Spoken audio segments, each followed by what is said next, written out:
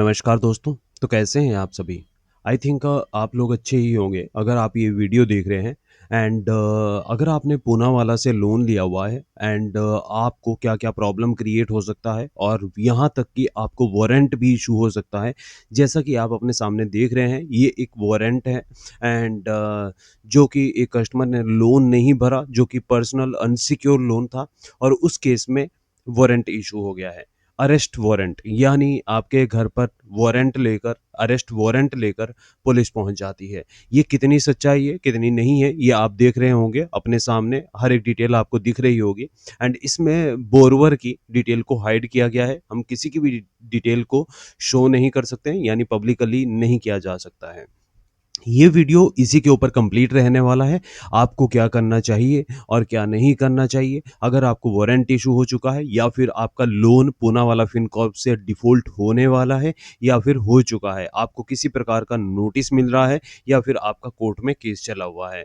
आपको इस वीडियो को स्किप नहीं करना है, ये कंप्लीट वीडियो देखना है एंड जो भी आपको पॉइंट बताए जाते हैं, आपको उसको फ़ॉलो भी करना है। और अगर आपने अभी तक इस चैनल को सब्सक्राइब नहीं किया है, तो आप सब्सक्राइब कर लीजिएगा, जो आपको फ्यूचर में वैल्यूएबल वीडियो मिलता रहेगा। आपके लोन के लीगल के रिगार्डिंग, आपका लोन डिफ़ॉल्ट होने के रिगार्डिंग, एनबीएफसी लोन हो या फिर कोई बैंक से लोन हो, अनसिक्योर्ड डेब्ट कोई सा भी हो या फिर आपका सिक्योर डेब्ट भी रहता है। एंड जब आपको प्रॉब्लम क्रिएट होता है, आपको कोई हार्डशिप होती है, कोई मेडिकल इश्यू होता है या फिर ज़्यादातर आपको मल्टीपल लोन का प्रॉब्लम क्रिएट होता है, किसी का बिज़नेस डूब जाता है और इसके चलते आप लोन का ईएमआई नहीं भर पाते हैं, परंतु कुछ बेवकूफ़ी के कारण आप अपना और भी ज़्यादा लॉस कर देते हैं और ये बेवकूफ़ी आप फ्यूचर में ना करें। डायरेक्टली मैं क्लियरली कह रहा हूँ आप लोगों को कि जो आप बेवकूफ़ी करते हैं, डिफ़ॉल्ट होने के बाद और भी ज़्यादा करते हैं, तो ये आप ना करें और ना दोहराएँ। जो आपको प्रॉब्लम क्रिएट ना हो, आपकी फैमिली मेंबर को प्रॉब्लम क्रिएट ना हो, इसके चलते आपके लिए सही जानकारी, सही स्टेप विद प्रूफ के साथ आपको डेब्ट फ्री सॉल्यूशन चैनल के ऊपर मिल जाता है। अब वापसी से पॉइंट पर आते हैं कि पूनावाला फिनकॉर्प से आपका लोन का ईएमआई डिफ़ॉल्ट हुआ है, आपको ये प्रॉब्लम क्रिएट हो जाता है कि आपको वारंट इश्यू हो जाता है और ये कितने समय में होता है और क्या टाइम फ्रेम रहता है, ये आपको कंप्लीट बताया जाएगा। जब भी आपके पूनावाला फिनकॉर्प से लोन डिफ़ॉल्ट होता है, आप लोन की ईएमआई नहीं दे पाते हैं, आपको कॉल आता है और 1 ईएमआई या 2 ईएमआई डिफ़ॉल्ट होने के बाद इनका रिकवरी एजेंट भी आपके घर पर पहुँचते हैं एंड उनके पास आईडी कार्ड होता है, परंतु ऑथराइज़ेशन लेटर नहीं होता है। परंतु कई रिकवरी एजेंट के पास, अगर आप किसी शहर में रहते हैं, तो वहाँ पर ऑथराइज़ेशन लेटर लेकर आपके घर पर पहुँच सकते हैं और ये ज़्यादातर होता है, यानी 99% केस में ये ज़्यादातर रिकवरी एजेंट घर पर विज़िट करते हैं। अब आपको इस समय पर क्या करना चाहिए, जो आपको आगे चलकर ये वारंट वाली प्रॉब्लम क्रिएट ना हो। जब भी आपके लोन का ईएमआई डिफ़ॉल्ट होता है, तो सबसे पहले तो पूनावाला फिनकॉर्प की मैं बात कर रहा हूँ। आपका लोन का अमाउंट यहाँ से अगर 20 से 30 हज़ार रुपए से ज़्यादा है, तो आपको कुछ भी इग्नोर नहीं करना है और जो भी आपको स्टेप बताए जाते हैं, उसको आपको फ़ॉलो करना है। अब जब ईएमआई पहला आपका डिफ़ॉल्ट होता है, सबसे पहले आपको एक एप्लीकेशन बनाना है और जो भी आपको प्रॉब्लम क्रिएट हो रहा है, कोई भी आपको हार्डशिप है, बहुत सारे लोग ट्रेडिंग में एंड अदर जगह पर अपने जो लोन का पैसा है, उसका इस्तेमाल कर लेते हैं। आपको देखिए ऐसा तो नहीं करना है, बट अगर गलती हो चुकी है तो आप मेंशन कर सकते हैं। अब आपको एक एप्लीकेशन लिखनी है, उसके बाद आपको रिटन रूप में उसको सेंड करना है अपना पूनावाला फिनकॉर्प को। उसके बाद आपको अपने नियर बाय किसी भी एडवोकेट से संपर्क कर लेना है या फिर आप हमारी टीम से भी संपर्क कर सकते हैं। नंबर आपके डिस्प्ले के सामने दिया गया है, अगर आप देखोगे तो यहाँ से भी आप संपर्क कर सकते हैं। हमारी टीम आपसे जानकारी लेगी, जो भी उनको लगती है कि क्या जानकारी चाहिए और क्या नहीं चाहिए। बहुत सारे लोग क्या करते हैं कि व्हाट्सएप पर जाते हैं, जानकारी फिल नहीं करते हैं और उसके बाद बात करने के लिए, कॉल करके अगर आप जाओगे डायरेक्टली एंड आप इस नंबर के ऊपर कॉल करोगे तो आपका कॉल नहीं लगेगा, ठीक है? सबसे पहले आपको जानकारी फिल करनी होगी। जब हमारी टीम को पता चलेगा कि आपका लोन कहाँ से है, कितना टाइम से डिफ़ॉल्ट हुआ है, आपको रीपेमेंट करने में क्या प्रॉब्लम आ रही है, तो हमारी टीम आपसे खुद संपर्क कर लेगी। आपका कोई सा भी इश्यू है, लीगल है, अदर कोई भी प्रॉब्लम है, ठीक है?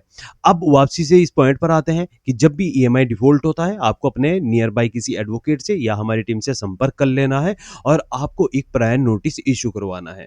प्रायर नोटिस आप भेजोगे इस कंपनी को लीगली, तो कंपनी को लगेगा कि जेन्युइन डिफ़ॉल्टर है। आपके ऊपर लीगल एक्शन के 50-50 चांसेस है, फिर ले कंपनी या ना ले। यानी आपका 50 से 60% चांसेस है कि कंपनी नहीं लेगी, क्योंकि आप विलफुल डिफ़ॉल्टर की श्रेणी में नहीं जा रहे हैं। ठीक है, अब आपने ये भेज दिया है। इसके बाद जब भी रिकवरी एजेंट आपके घर पर विजिट कर रहा है, उस समय पर आप रिकवरी एजेंट को बता दीजिएगा जो भी आपको प्रॉब्लम क्रिएट हो रहा है, और हो सके तो रिटर्न रूप में आप एक एप्लीकेशन और जो आपको प्रायर नोटिस आपके एडवोकेट के द्वारा दिया होता है, उसको भी आप भेज दीजिएगा। इसके बाद आपको क्या करना है, जब भी आपका 3 ईएमआई डिफ़ॉल्ट होता है या 3 90 डेज कंप्लीट हो जाते हैं, उसके बाद आपका अकाउंट हो जाता है एनपीए। अब एनपीए होने के साथ-साथ आपको उससे पहले आपको पूनावाला फिनकॉर्प से कोई ईमेल आए होंगे, डिमांड नोटिस आया होगा, रिकॉल नोटिस आया होगा। 3 ईएमआई डिफ़ॉल्ट के बाद आपको एक नोटिस आएगा और कोर्ट से आपको नोटिस मिलेगा। उसका रिस्पॉन्ड आपको प्रॉपर्ली करना है, अपने एडवोकेट के माध्यम से रिस्पॉन्स कर पाओगे, आप खुद नहीं कर पाओगे। ये मैं डायरेक्टली कोर्ट की लैंग्वेज होती है, उसका प्रॉपर्ली रिस्पॉन्ड एक एडवोकेट ही कर सकते हैं, आप नहीं कर पाओगे। उसका रिस्पॉन्ड करोगे आप, उसके बाद अगर आप रिस्पॉन्ड नहीं करते हैं, तो आपका जैसे ही 5 से 6 ईएमआई 4-5 ईएमआई डिफ़ॉल्ट होते ही आपको कोर्ट का समन पहुँच जाएगा। कोर्ट का समन जैसे ही पहुँचेगा, मैं समन के ऊपर भी वीडियो बना दूँगा कि आपको जो कोर्ट का समन पहुँचते हैं, ये कैसा होता है और आपको रिस्पॉन्ड किस प्रकार से करना है। परंतु इस वीडियो में मैं कंप्लीट जानकारी आपको दे देता हूँ।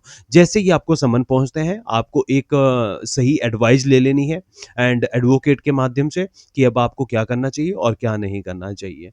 परंतु ज़्यादातर आपको कोलकाता कोर्ट से आपको नोटिस मिलेगा या समन मिलेंगे कोर्ट से, उसके आपके बिहाफ पे आपको कोलकाता कोर्ट में जाने की बिल्कुल आवश्यकता नहीं है। आपको एडवोकेट को हायर कर लेना है, ठीक है? आप नहीं कर पा रहे हैं एंड आपका कोई जानकार नहीं है, तो आप हमारी टीम से भी संपर्क कर सकते हैं, ठीक है? अब एडवोकेट आपके बिहाफ पर जाएगा, हायरिंग आपकी होगी, उसमें डेट मेंशन होगी और आपका केस चलता रहेगा। एक प्रोसेस ये है।